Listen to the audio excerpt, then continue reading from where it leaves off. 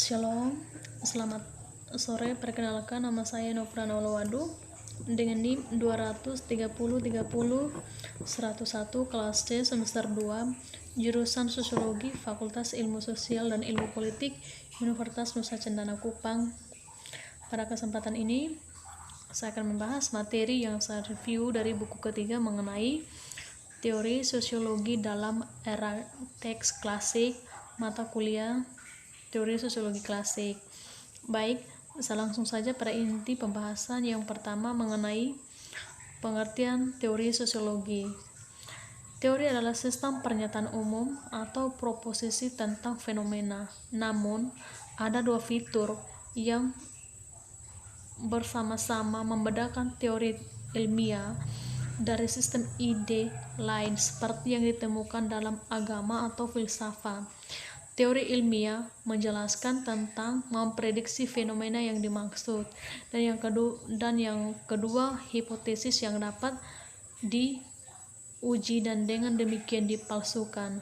Undang-undang universal dimaksudkan untuk menjelaskan dan memprediksi peristiwa yang terjadi di dunia alami atau fisik. Misalnya Isaac Newton mendirikan 3 undang-undang gerak. Yang pertama, hukum pertama, dan yang kedua, hukum inersia, menyatakan bahwa benda-benda yang bergerak akan tetap bergerak dan objek saat istirahat akan tetap diam, kecuali ditindaklanjuti oleh kekuatan lain.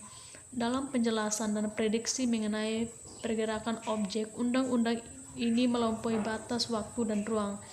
Untuk bagian mereka, sosiologi berusaha mengembangkan atau memperbaiki pernyataan umum tentang beberapa aspek kehidupan sosial. Sebagai contoh, teori sosiologis yang sudah lama berdiri atau meskipun tidak terpisahkan memprediksi bahwa sebagai masyarakat menjadi lebih modern, arti penting agama akan menurun. Mirip dengan hukum inersia Newton, teori sekularisasi seperti disebut tidak dibatasi dalam ruang masyarakat manapun. Setelah konsep-konsep utama memberikan teori modern dan agama, apakah yang ditentukan setelah langkah-langkah yang dapat diamati ditentukan. Dengan demikian, teori sosiologis berbagi karakteristik tertentu dengan teori yang dikembangkan di cabang ilmu pengetahuan lainnya.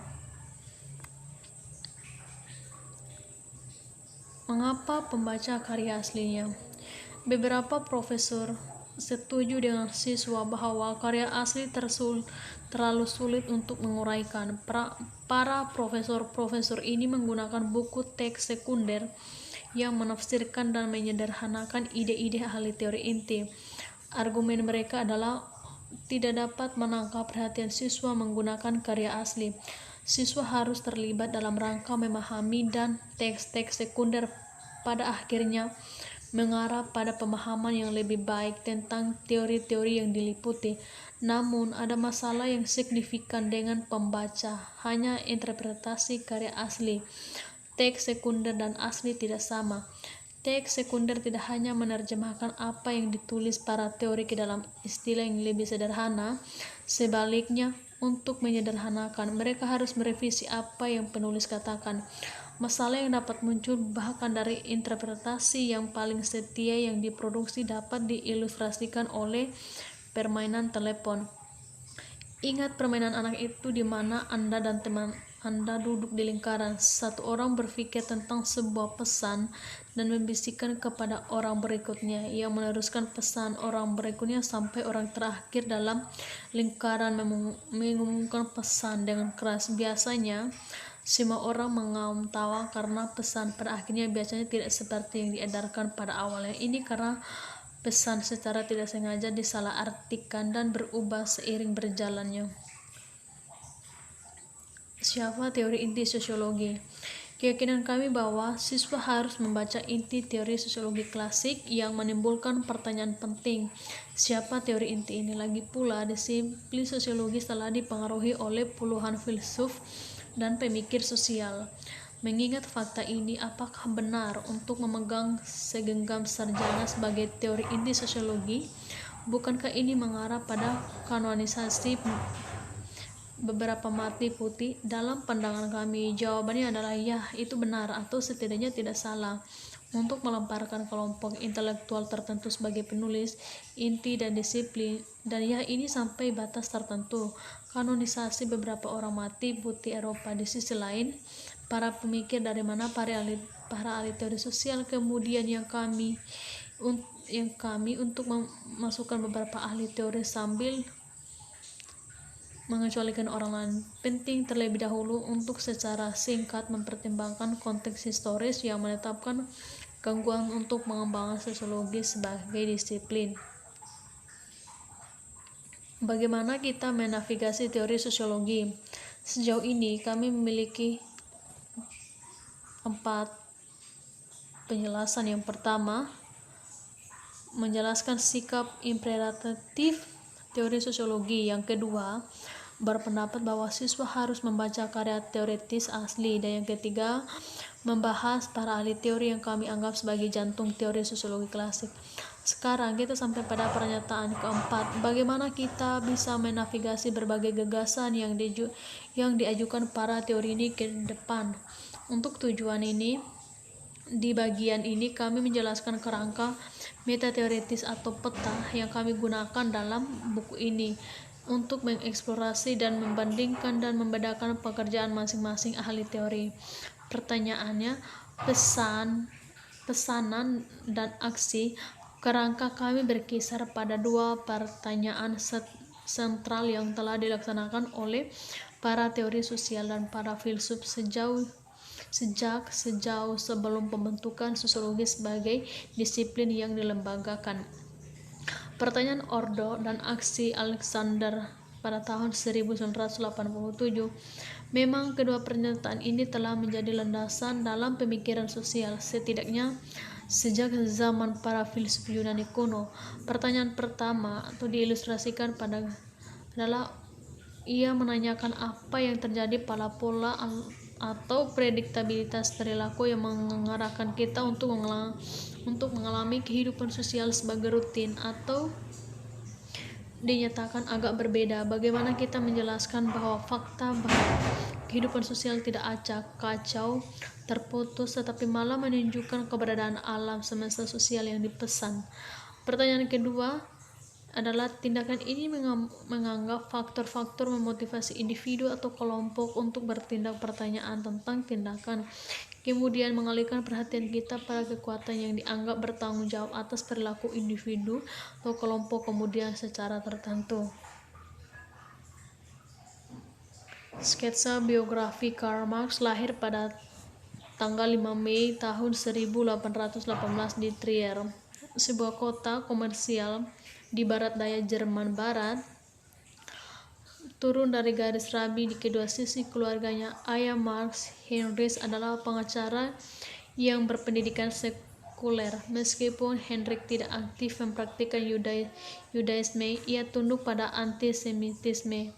Dengan pemberian Rheinland ke Prusia setelah kekalahan Napoleon, orang-orang Yahudi yang tinggal di wilayah itu dihadapkan dengan pencabutan hak-hak sipil yang diberikan bahwa pemerintahan Prancis. Untuk menjaga praktik hukumnya, Heinrich bertobat menjadi Lutheranisme pada tahun 1817. Akibatnya, Karl telah memberikan kenyamanan rumah kelas menengah. Mengikuti jejak ayahnya, Marx mengajar pendidikan sekuler. Dia mendaftar sebagai mahasiswa hukum di Universitas Bonn pada tahun 1835. Kemudian ditransfer pada tahun berikutnya ke Universitas Berlin. Selain mempelajari hukum, Marx juga mengabdikan dirinya pada studi tentang sejarah dan filsafat. Sementara di Berlin, Marx juga bergabung dengan Hegelians Muda, sekelompok pemikir radikal yang mengembangkan kritik yang kuat terhadap filsuf Georg Hegel pada tahun 1770 sampai dengan 1831. Tokoh intelektual Jerman yang dominan hari ini dan salah satunya Marx membangunkan dasar sistem teoritisnya. materialisme historis dengan mengembalikan filosofi Hegel dari perubahan sosial. Untuk sketsa singkat filosofis Hegel dan hubungannya dengan teori Marx, pada tahun 1841 Marx mendapatkan gelar doktor dan filsafat dari Universitas Jena. Namun, ambisinya untuk karir akademik berakhir ketika Kementerian Pendidikan Berlin menghostingnya untuk pandangan radikal. Setelah menetapkan sedikit hal-hal prospek karir selama tahun, Marx menerima tawaran untuk menulis untuk Kreiszeitung, yaitu disebut surat kabar liberal yang diterbitkan di Cologne. Marx segera bekerja untuk menjadi editor koran, menulis tentang kondisi sosial di Prusia. Marx mengkritik perlakuan pemerintah terhadap orang-orang miskin dan mengungkap kondisi tani yang keras yang bekerja di wilayah penghasil anggur Moselle. Namun, kecaman Marx terhadap pihak berwenang membawa sensor dan ia dipaksa untuk mengundurkan diri.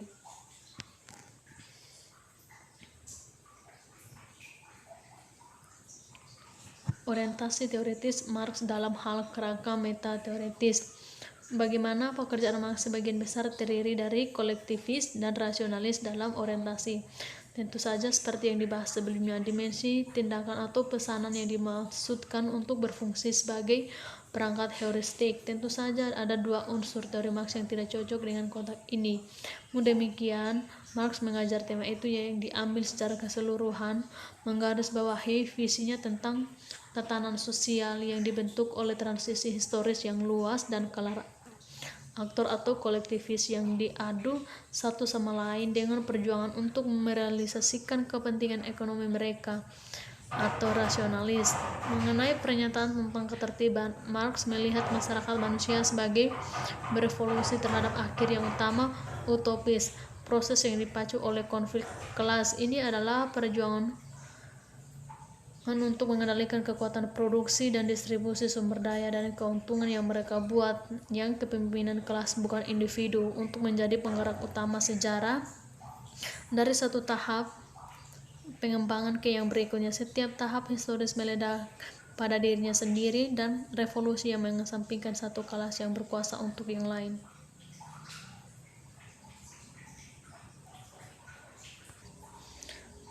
Pengantar ideologi Jerman yang ditulis pada tahun 1845 sampai dengan 1846. Ideologi Jerman menyajikan akun paling rinci tentang teori sejarah Marx. Di dalamnya, Marx berangkat untuk merumuskan kembali karya filsuf Jerman unggul Georg W. Hegel. Berbeda dengan para filsuf sebelumnya yang berfokus pada penjelaskan akar stabilitas dunia fisik dan sosial, misalnya mengapa hal-hal yang tampaknya sama. Hegel melihat perubahan sebagai motor sejarah. Bagi Hegel, perubahan ini didorong oleh proses dialektif di mana keadaan atau ide yang diberikan mengandung di dalamnya benih keadaan lawan atau ide yang berlawanan. Resolusi konflik menghasilkan keadaan atau ide baru. Sintesis ini pada gilirannya membentuk dasar kontradiksi baru sehingga melanjutkan proses perubahan. Sebagai contoh, pertimbangkan pembagian peran gender secara tradisional. Perempuan dan peran mereka melakukan telah dievaluasi relatif terhadap posisi yang ditempati oleh laki-laki. Dengan demikian, gagasan bahwa tempat wanita berada di rumah berfungsi sebagai pembenaran untuk dominasi pria dalam urusan ekonomi dan politik. Dari ide-ide yang menopang penindasan perempuan dilahirkan pandangan lawan bahwa perempuan sebenarnya lebih unggul daripada pria. Dari sudut pandang ini diduga misalnya bahwa jelas iba atau empati bawaan perempuan lebih baik memenuhi syarat untuk posisi kepemimpinan dibanding dengan agresi bawaan untuk mengkarakterisasi pria. Dari bentrokan ide-ide lawan ini, sintesis atau keadaan telah berevolusi di mana perempuan maupun pria dianggap lebih unggul dari yang lainnya, tetapi sebaliknya dipandang sama. Gagasan tentang kesetaraan kemudian menciptakan realitas kesetaraan karena Wanita telah menentangani peran yang sebelumnya disediakan untuk pria, dan pria telah memulai melakukan lebih banyak tugas feminim secara lebih tradisional. Dari ideologi Jerman pada tahun 1845 hingga pada tahun 1846, Karl Marx dan Friedrich Engels.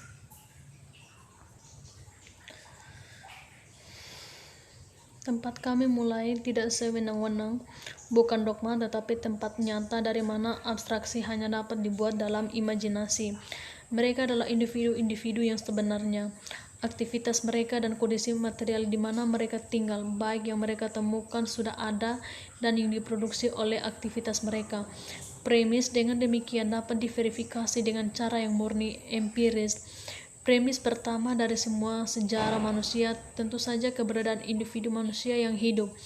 Dengan demikian, fakta pertama yang akan ditetapkan adalah organisasi fisik individu-individu dan dihubungkan dengan sisa alam. Tentu saja tidak bisa pergi baik ke dalam sifat fisik manusia yang sebenarnya atau ke dalam kondisi alami di mana manusia menemukan dirinya, geologis, orhohidrografikal, iklim, dan sebagainya. Penulisan sejarah harus selalu berangkat dari pangkalan alami ini dan modifikasi mereka dalam perjalanan sejarah melalui aksi pria. Pria dapat membedakan dari hewan dengan kesadaran oleh agama atau apapun yang Anda suka. Mereka sendiri mulai membedakan diri dari hewan segera telah mereka mulai menghasilkan kemampuan subsisten. Langkah yang dikondisikan oleh organisasi fisik mereka dengan menghasilkan cara mereka pada subsisten. Orang yang secara tidak langsung menghasilkan kehidupan materi mereka yang sebenarnya. Cara pria menghasilkan kemampuan subsistensi mereka bergantung pertama-tama pada sifat dari sarana subsistensi yang mereka temukan dan harus bereproduksi. Mode produksi ini tidak boleh dianggap hanya sebagai reproduksi keberadaan fisik individu.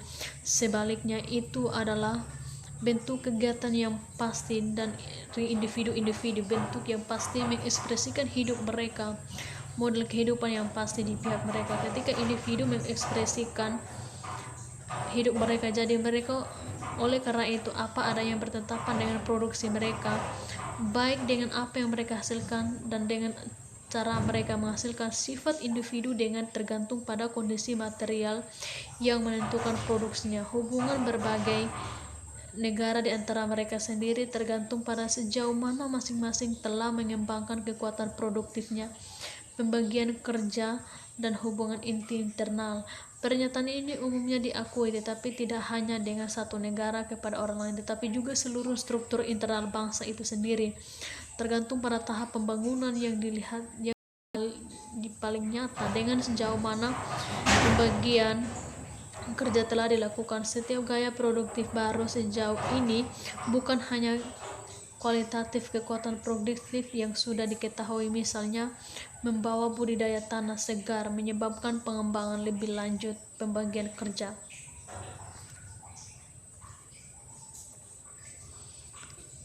Pengantar naskah ekonomi dan filsafat tahun 1844 dalam esai tenaga kerja dialinisasi atau diambil dari naskah ekonomi dan filosofis tahun 1844. Marx meneliti kondisi ketersaingan atau ketersingan.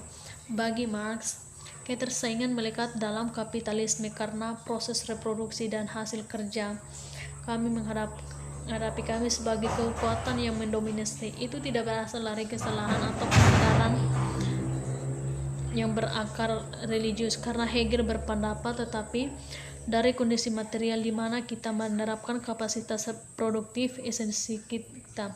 Untuk bertentangan dengan pernyataan Hegel, Tuhan tidak menciptakan manusia dan idenya, sebaliknya itu adalah manusia yang menciptakan gagasan Allah. Bagaimana dengan ketersaingan adalah fitur kapitalisme yang diperlukan untuk mencari nafkah yang pekerjaan mengasingkan karena berfungsi semata-mata untuk memberikan sarana, misalnya uang. untuk menjaga keberadaan fisiknya. Ahli-ahli persalinan mewakili tujuan itu sendiri. Kegiatan yang mengekspresikan kapasitas kita untuk membentuk kehidupan kita dan hubungan kita dengan orang lain. Kepemilikan pribadi atas alat-alat reproduksi mengurangi peran ke dalam mesin. Pekerja adalah objek yang dapat dibuang untuk melakukan tugas-tugas yang rutinasi, masukkan ke arah lain. Untuk malas bekerja hanya untuk uang dan bukan untuk potensi kreatif tenaga kerja itu sendiri. Mirip dengan menjual jiwa Anda, pencari nafkah memiliki sedikit jika ada kontrol atau prosesi produksi. Pengantar Manifesto Komunis pada tahun 1847. Liga Komunis, sebuah asosiasi yang dibentuk oleh pekerja radikal pada tahun 1836, menugaskan Marx dan Engels untuk menulis saluran politik yang menguraikan program organisasi. Hasilnya adalah Manifesto Komunis yang sekarang terkenal juga disebut Manifesto dari Partai Komunis. Yang akan Anda baca di bawah ini. Berbeda dengan bacaan ini dalam volume ini, manifesto adalah karya yang sengaja bermaksud untuk menginspirasi kesetiaan terhadap penyebab gerakan tersebut, meskipun hanya memiliki dampak sederhana pada saat publikasi pada tahun 1848. Tak lama setelah itu, pekerja dan petani mengadakan pemberontakan di sebagian besar Eropa, termasuk Prancis, Jerman, dan Italia. Terlepas dari asalnya sebagai saluran politik, Manifesto Komunis memiliki signifikasi teoritis yang besar. Di dalamnya Anda akan kembali menemukan teori Marx tentang materialisme historis dan inversinya, dan idealisme Hegel. Anda juga akan melihat komitmen Marx terhadap keyakinan pencerahan pada perselihan manusia, yang dalam pandangnya akan terwujud melalui revolusi komunis yang pada akhirnya akan menghasilkan kuburan sendiri. Memang banyak manifesto adalah nubuat ilmiah yang merinci kejatuhan kelas kapitalis dan munculnya proletariat. Dengan demikian itu mewakili teori penetrasi perubahan sosial. Runtuhnya kapitalisme akhirnya akan terjadi jauh dalam cara sistem ekonomis sebelumnya. Hubungan sosial produksi atau beberapa aktivitas terorganisir dan undang-undang yang mengatur kepemilikan properti akan menjadi filter atau hambatan untuk mengembangkan berkelanjutan dari alat-alat produksi. Hasilnya adalah epidemi kelebihan produksi, di mana berjuasi tersedak pada overdose barang yang diproduksi oleh efisiensi industri yang terus meningkat. Krisis final kapitalisme dengan demikian merupakan konsekuensi yang diperlukan dari kemajuan teknologi yang dirinya sendiri didorong oleh kepemilikan pribadi kelas kapitalis atas sarana produksi dan barang yang diproduksi. Dari Manifesto Komunis 1848, Karl Marx dan Friedrich, seorang momok menghantui Eropa. Momok komunisme, semua kekuatan Eropa tua telah memasuki aliansi suci untuk mengusir momok ini. Paus dan Star, Metternich dan Guizot, radikal Prancis dan polisi Jerman, di mana partai dalam oposisi yang belum ditolak sebagai komunistik oleh lawannya dalam kekuasaan, di mana oposisi yang belum melemparkan kembali jalan renungan komunisme, partai-partai oposisi lebih maju, serta terhadap musuh-musuh reaksionernya. Dua hal dihasilkan dari fakta ini. Yang pertama, komunisme sudah diakui oleh semua kekuatan Eropa untuk menjadi kekuatan. Dan yang kedua, sudah saatnya komunis harus secara terbuka di muka seluruh dunia mempublikasikan pandangan mereka, tujuan mereka, kecenderungan mereka, dan memenuhi kisah pembibitan ini dari momok komunisme dengan manifesto partai itu sendiri. Untuk tujuan ini, komunis dari berbagai kebangsaan telah berkumpul di London untuk membuat sketsa manifesto berikut yang akan dipublikasikan dalam bahasa Inggris, Prancis, Jerman, Italia, Flemish, dan Denmark. Sekian materi yang dapat saya sampaikan. Terima kasih.